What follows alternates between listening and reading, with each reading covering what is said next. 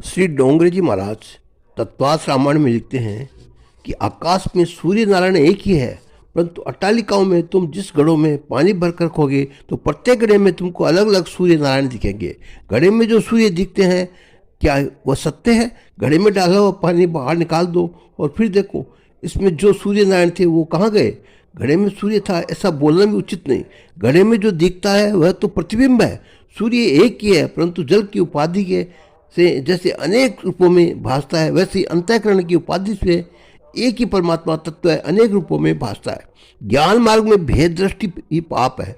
जहाँ भेदभाव आया वहाँ ही समस्त विकार दिखते हैं, भय उत्पन्न होता है और मोह उत्पन्न होता है। भक्ति मार्ग में श्री राम श्री कृष्ण का विस्मरण ही पाप है। परमात्मा का जिस क्षण में विस्मरण होता है उस क्षण पाप होता है। श्रीधर स्वामी पाप की व्याख्या करते हुए कहते हैं कि जो परमात्मा से दूर ले जाए, जो लक्ष्य बुलावे, वही पाप है। जाना है कि परमात्मा के चरणों में, और पाप ले जाता है जन्म मरण के चक्कर में। कर्म मार्ग में धर्म का त्याग पाप माना गया है। जिसका जो धर्म प्रभु ने निश्चित किया है वह परमात्मा की आज्ञा को मांग भंग कर अपने कर्तव्य पर बराबर आरूढ़ न रहे और धर्म का पालन न करे, ये कर्म मार्ग में पाप माना गया है। ज्ञान मार्ग में पाप दृष्टि भेद, भक्ति मार्ग में पाप प्रभु विस्मरण और कर्म मार्ग में पाप से धर्म का त्याग है। बाह्य रूप से देखने में इनमें परस्पर भेद जैसा दिखता है, परंतु सिद्धांत एक ही है। पाप से बचना हो तो भाव में भगवत भाव रखो, सब में भगवत भाव रखकर व्यवहार करो। सब में एक ही प्रभु विराजे हैं, ऐसा समझकर व्यवहार करोगे तो व्यवहार भी भक्ति बनेगा। स्वामी रामदास जी ने दास पद में लिखा है कि जिसको व्यवहार करना आता नहीं वह भक्ति कर सकता ही नहीं। व्यवहार और भक्ति का अलग अलग मत मानो। ईश्वर चैतन्य रूप से सब में एक है, इसे अनुभव करने की आदत डालो। ऐसी आदत जिसकी पड़ गई उसकी प्रत्येक क्रिया भक्तिमय और ज्ञान में बनेगी। परमात्मा की आज्ञा समझकर जो व्यवहार करता है, स्वधर्म का पालन करता है, उसकी बुद्धि में ज्ञान आ जाता है, उसके हृदय में भक्ति बसती है, उससे पाप दूर भागते हैं। व्यवहार में पाप करना नहीं, किसी को धोखा देना नहीं, किसी के जीव के साथ कपट करना नहीं। पाप एक दिन प्रकट हो जाएगा। पाप और पारा बाहर आए बिना नहीं रहने दे, ये गुप्त कभी रह सकते नहीं। कितने मनुष्य दूसरों के साथ प्रेम करते हैं, परंतु भाई के साथ किसी समय कपट करते हैं। उनको ऐसा लगता है कि भाई को बराबर खबर पड़ेगी, अरे आज नहीं पड़ेगी तो साल 2 साल 4 साल बाद किसी दिन तो उसको खबर पड़नी है। जिसके व्यवहार में कपट है उसको भक्ति में आनंद आता ही नहीं। जो धन के लिए कपट करता है उसको भक्ति में आनंद आता नहीं है। जैसे पैसा तुम्हारे भाग्य में जितना लिखा है उतना ही तुमको मिलना है। पाप करने से अधिक पैसा मिलेगा, ये कल्पना बुरी है। अनेक बार मनुष्य समझता है कि मैं झूठ बोलूंगा तो आज मुझे कुछ अधिक लाभ होगा। अरे तुझे लाभ हुआ वह झूठ बोलने से नहीं हुआ, तेरे प्रारब्ध अब आज जो खराब में लिखा है वही तुझे मिला है, परंतु झूठ बोलने से पाप तेरे माथे आ गया। पैसा प्रारब्ध प्रमाण से ही मिलता है। शास्त्र में लिखा है कि संपत्ति, संतति और सुख ये पूर्व जन्म के किए हुए कर्मानुसार ही तुम्हारे लिए निश्चित किए हुए हैं। पूर्व जन्म में किए हुए कर्मानुसार संपत्ति मिलती है, पूर्व जन्म के कर्मानुसार संसार सुख और संतति प्राप्त होती है। मनुष्य ऐसा समझता है कि मैं पाप करूँ या सुखी रहूंगा।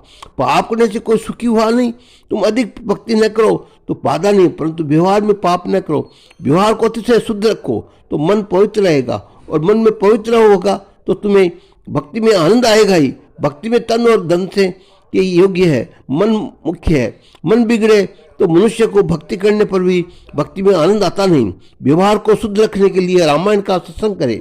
तुम अपना कर्तव्य विधि रूप पूरा करो। रामायण में पर्याप्त रूप से बताया गया है कि स्त्री धर्म क्या है, स्त्री का कर्तव्य क्या है, पति का कर्तव्य क्या है, भाई का कर्तव्य क्या है, पुत्र का कर्तव्य क्या है, माता पिता का कर्तव्य क्या है, गुरु का कर्तव्य क्या है, शिष्य का कर्तव्य क्या है, समाज धर्म कैसा है, राज्य धर्म कैसा है। रामायण की कथा ऐसी है कि जीव मात्र को धर्म बोध कराती है। रामायण का प्रत्येक पात्र अति दिव्य है। मानव स्वयं का हक मांगता है, स्वयं का भाग मांगता है, परंतु उसे स्वयं का कर्तव्य पूरा करने की इच्छा होती नहीं। ये विचारता ही नहीं कि मेरा कर्तव्य क्या है। क्या अपने कर्तव्य की पूर्ति में करता है। जो स्वयं का कर्तव्य पालन न करे उसको भाग लेने का क्या अधिकार है। माता पिता की संपत्ति लेने की इच्छा है, परंतु पुत्र होकर माता पिता की सेवा करने की इच्छा इसके मन में होती नहीं है। बाप का सब कुछ देना चाहता है, परंतु आपकी सेवा करने में शर्म आती है। रामायण में सब कुछ आता है। चाहे जैसा जीव हो वह राम कथा सुने तो उसे मार्गदर्शन मिलता है। राम कथा की महिमा वर्णन कौन कर सकता है। रामायण राम कथा का एक एक अक्षर बोध में है। देश के लिए कोई प्राणों का त्याग करे ये ठीक है, परंतु देश के लिए दिव्य जीवन व्यतीत करे ये अधिक ठीक है। दिव्य जीवन बनाना तो हो तो रामायण का सत्संग करो, राम जी का दर्शन करो, राम जी की सेवा करो। जगत में श्री राम जैसा पुत्र हुआ नहीं, दशरथ महाराज जैसा पिता हुआ नहीं। जब श्री राम वन में गए तब दशरथ महाराज अंतिम श्वास तक राम जी का स्मरण करते रहे। दशरथ महाराज बारंबार कौशल्या से पूछते हैं कि मेरा राम कहाँ है, मुझे राम को देखना है। जिसमें यहाँ थे उसमें मैंने उन्हें अच्छी तरह से देखा नहीं। मेरे राम के पास मुझे ले चलो। राम के बिना मैं जीवित रह सकता नहीं, राम जी के बिना दशरथ महाराज जीवित रहे नहीं। राम जी वन में गए, उसी के साथ दशरथ महाराज ने प्राण छोड़ दिए। रामायण का एक एक पात्र दिव्य अद्वितीय है। श्री डोंगरी जी महाराज लिखते हैं, श्री राम जैसा पुत्र हुआ नहीं, दशरथ जैसा पिता हुए नहीं, कौशल्या जैसी माता हुई नहीं, लक्ष्मण भरत जैसे भाई हुए नहीं, राम जी जैसा पति हुआ नहीं, सीता जी जैसी पत्नी हुई नहीं, वशिष्ठ जैसे गुरु हुए नहीं, रावण जैसा शत्रु हुआ नहीं, और हनुमान जैसा सेवक हुआ नहीं। ये डोंगरी जी महाराज इसमें रामायण में लिखते हैं। मैंने आपको बताया, अगला जब को बताऊँ तब तक जय सिया राम।